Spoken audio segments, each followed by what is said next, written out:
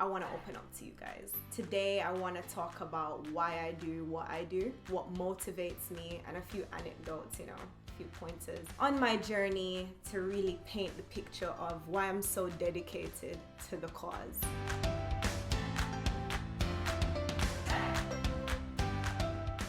Hello and welcome back to my channel. It's great to have you here. My name is Lowell and I am a collaboration coach. I'm also a project manager and a facilitator. Getting teams from point A to Z and doing it in the most efficient and engaging way possible. It's important to me that everybody in the room gets heard. Everybody has a chance to put their best foot forward and everyone is on track with skin in the game and they know what they need to do. They're motivated. They feel challenged. They feel motivated. They're ready to get the job done.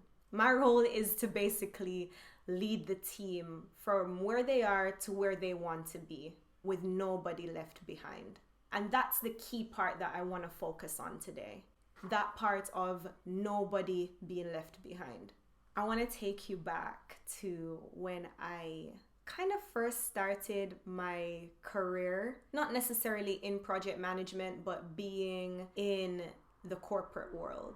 I was really young, still a teenager or just coming out of my teenage years. And I was at this very large global organization. It was one of the first big team meetings I was part of with the whole department in the room. All the leaders, all the sub-department heads, the interns, probably about 30 people in the room. They were presenting some pretty complex stuff. And at the end, one of the managers who were presenting asked, "Does everybody understand what I'm saying?" And no one said a thing. And you can be absolutely sure that I didn't say anything. I mean, I was an intern then, or just like a really junior position, right? There was no way I was gonna hold my hand up and put my 2 cents forward. Why would I do something like that when so many senior people were in that room and they didn't have a word to say? What was clear though coming out of that meeting is that no one understood what was going on. There was far too much jargon, far too much information that people had not been a part of in terms of previous discussions that had gone on. That environment that was created to invite opinions and to invite conversation,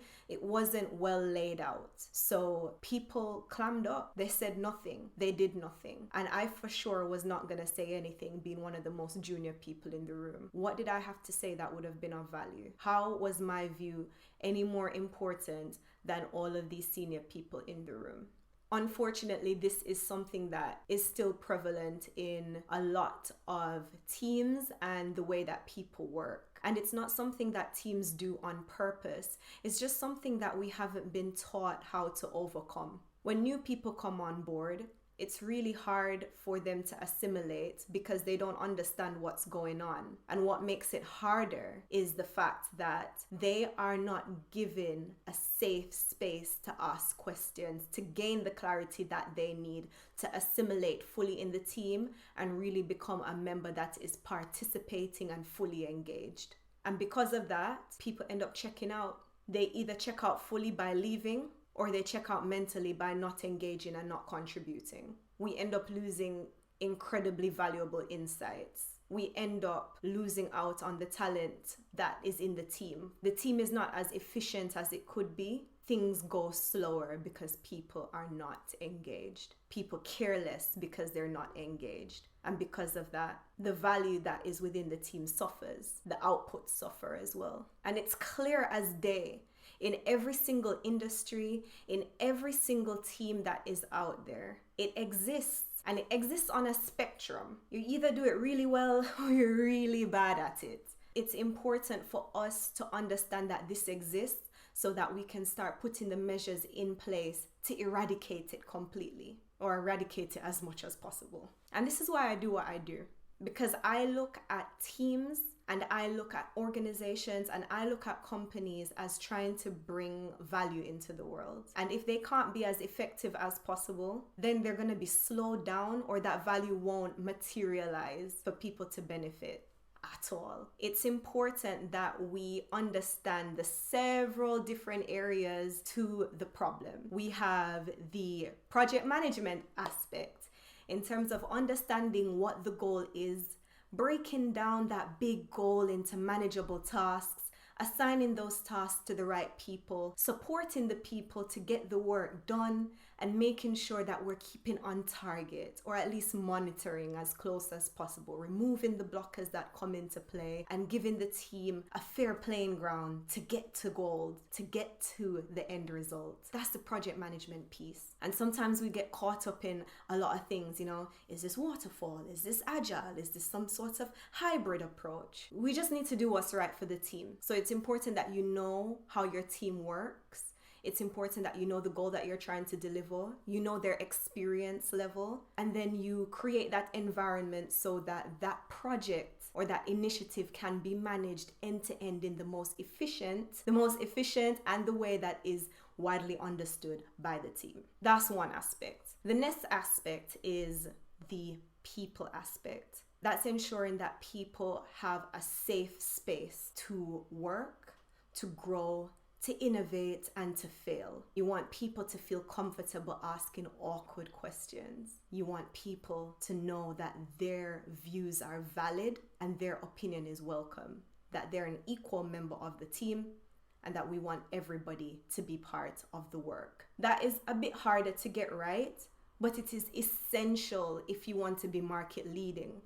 As we transform into a digital space, and as the war on talent increases, as competition rises, and markets and verticals start to blend and come together, we need to get better at the people aspect. We need to ensure that we can retain talent, that we can grow the talent, and that people are central to what we do, so that we're able to not only serve internally for our own teams and our own companies, but to also extend that value to our customer base on the outside. It's vital, and diversity comes into play here as well. You have to be diverse on the inside to be able to serve a diverse customer base as well. So that's the human aspect. And then you have the technological aspect. You need to have the right tools that enables the team to get to their goal.